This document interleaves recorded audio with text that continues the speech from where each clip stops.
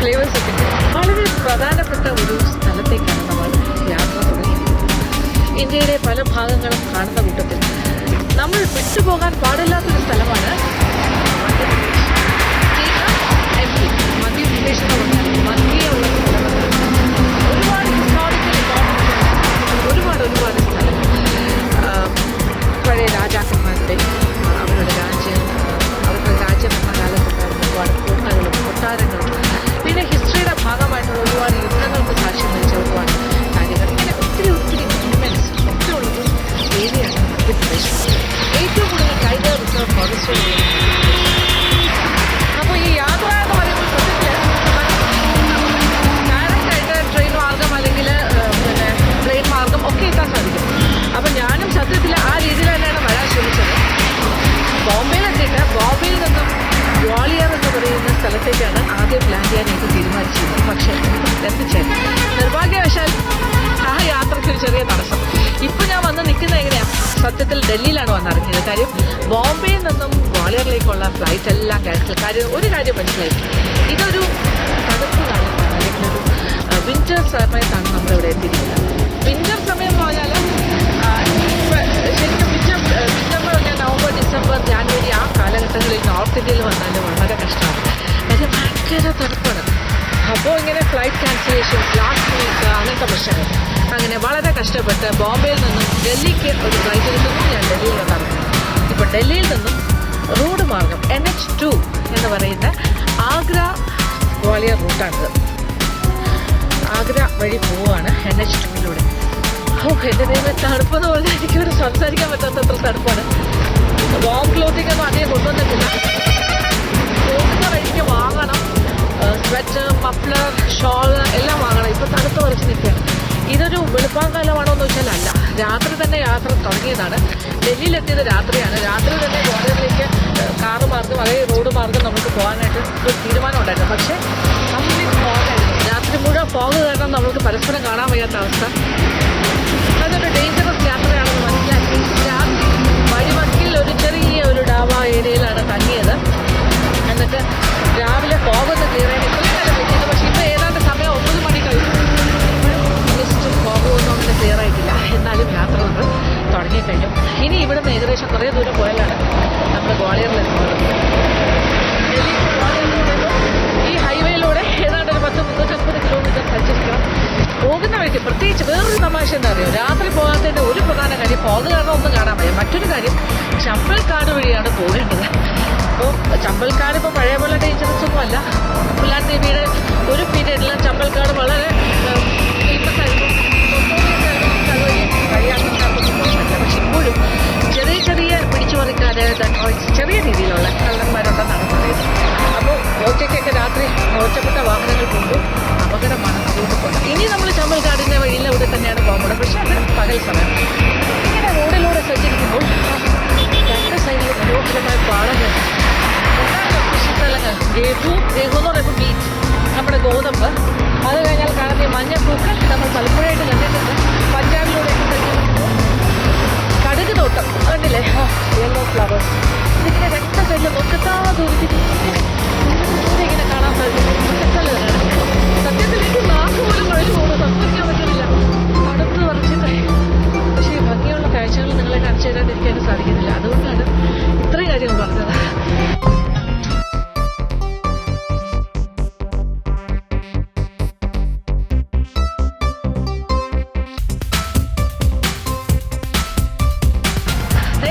കടുകുപാട് mustard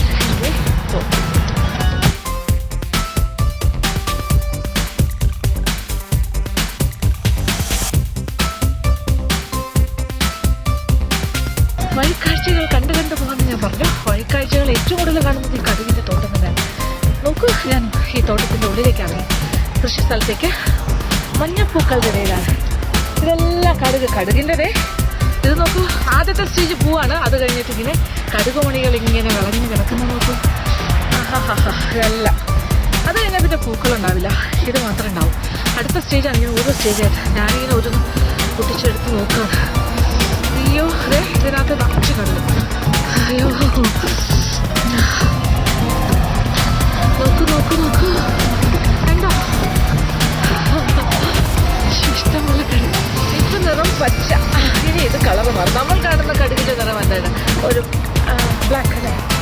colour, അത് ഉണങ്ങി ഒരു മസ്റ്റേർഡ് കളറായിട്ട്, മസ്റ്റേർഡിൻ്റെ ഉണങ്ങിയ രൂപം. പിന്നെ വൈറ്റ് മസ്റ്റേർഡൊക്കെ ഉണ്ടല്ലോ ഇപ്പോൾ. എനിക്കൊരു യെല്ലോ കളറിലെ മസ്റ്റേർഡ് വാങ്ങാൻ കിട്ടില്ല.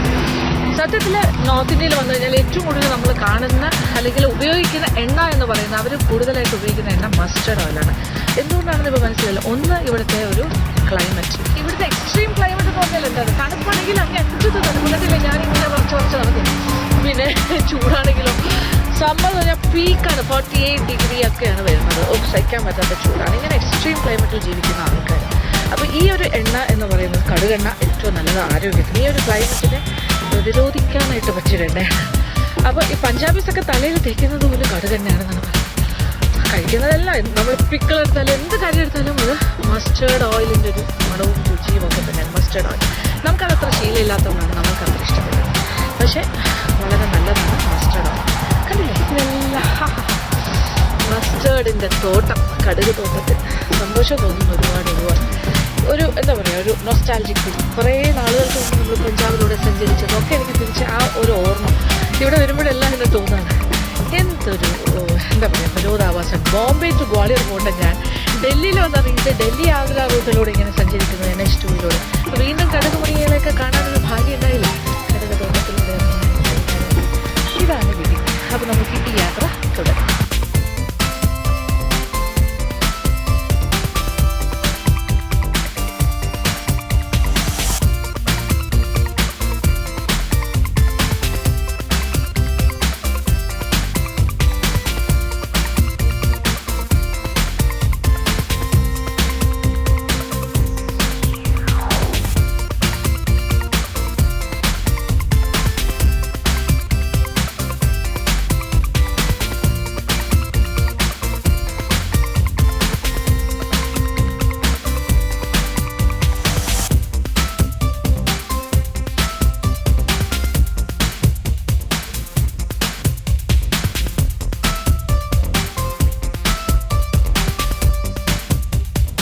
വഴിക്കാഴ്ചകൾ കാണിത്തരാൻ ഞാൻ പറഞ്ഞിരുന്നല്ലോ അല്ലേ.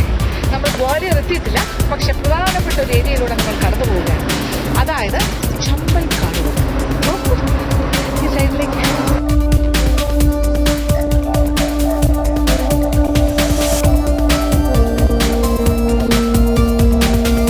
ഇപ്പൊ ചമ്പലിന്റെ ഒരു ഭാഗത്ത് വന്ന് ഞാൻ നിൽക്കുകയാണ്. ഇത് കുറേ ദൂരം ഇങ്ങനെയുള്ളൊരു പ്രദേശമാണ്. ഇതാണ് ചമ്പൽ. പഴയ ചമ്പൽ കാടെന്ന് പറഞ്ഞാൽ വളരെ പേരെടുത്തൊരു സ്ഥലം.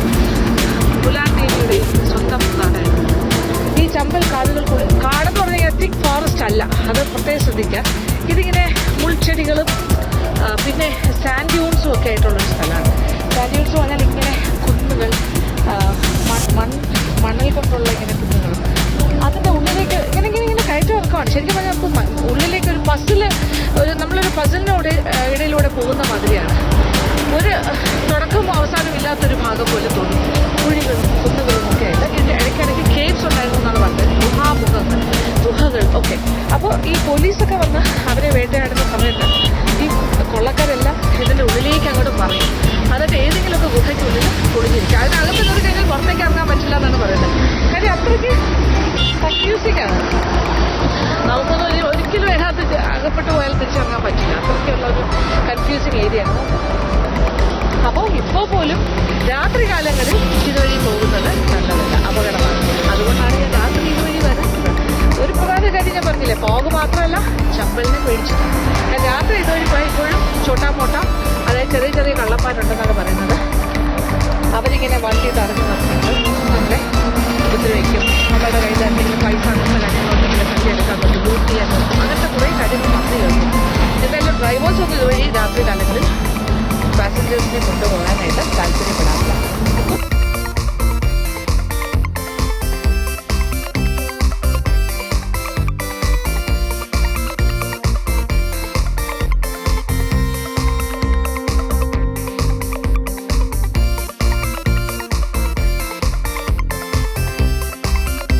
ഇപ്പൊ നോക്കൂ, അന്തരീക്ഷമെല്ലാം മാറി തുടങ്ങിയ, ഫോഗെല്ലാം മാറി, മിസ്റ്റും ഫോഗും എല്ലാം മാറി വെയിൽ വന്നു.